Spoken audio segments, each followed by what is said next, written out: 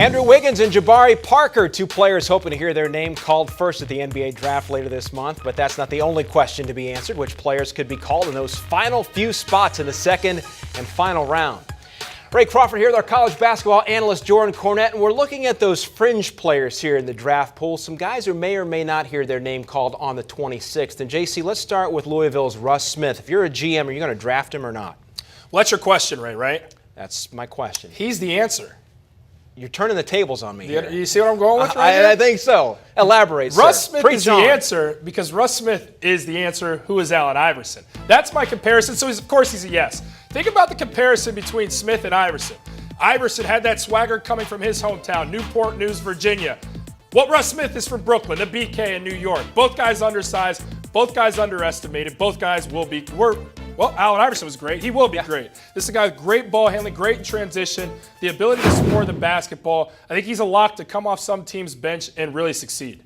National champ, All-American. He's a winner all the way around. Bryce Cotton, the Big East MVP. Are you going to use a draft pick on him or not? Well, he's a poor man's Russ Smith when you talk about Bryce Cotton. So he's a no. At 6 feet tall, Russ Smith is already battling a lot, but his elite athleticism, his ability to really play the game, makes him a pick. Bryce Cotton is not as explosive. He's a good shooter, but that's about all he has. He doesn't really manage a team, didn't really do that at Providence. And at 6 feet, I'm expecting him to be an explosive athlete, an exceptional athlete, and a guy who can run a team. Bryce Cotton can't really do that, so he's a no.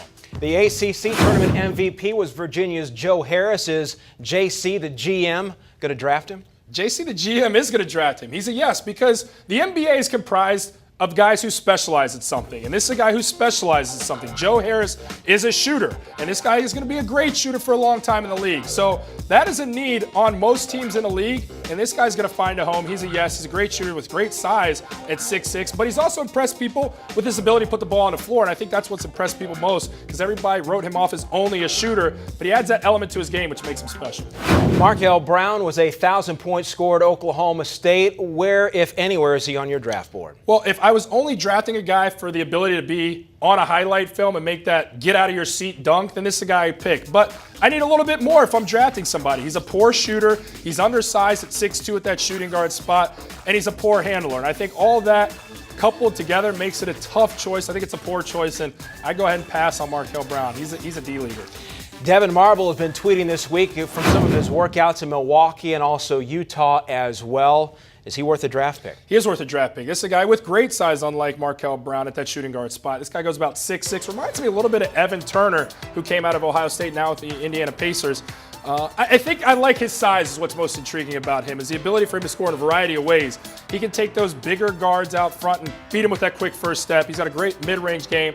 But then if you put a smaller guard on him, he'll take you down in the post. He's capable with those post moves. This is a guy who can rebound the basketball from that guard spot, a capable defender as well. And it's in his bloodlines. His daddy played in the league, and Roy Marble, who is also one of Iowa's greats. And I think when you look at this guy, so much upside, so much potential, and you can utilize him in a lot of different ways. You can be a shrewd but fair GM, I think, making and breaking dreams right here on Campus Insiders. You always build me up my self-esteem. Even this haircut I got. You were one of the people looking sharp, buddy. Whew. Looking good next to this guy, huh? He's already looking ahead to next season, believe it or not. Some big rematches on the schedule. Which ones top his list and who will win the ACC? Check out the video on CampusInsiders.com. You got that right.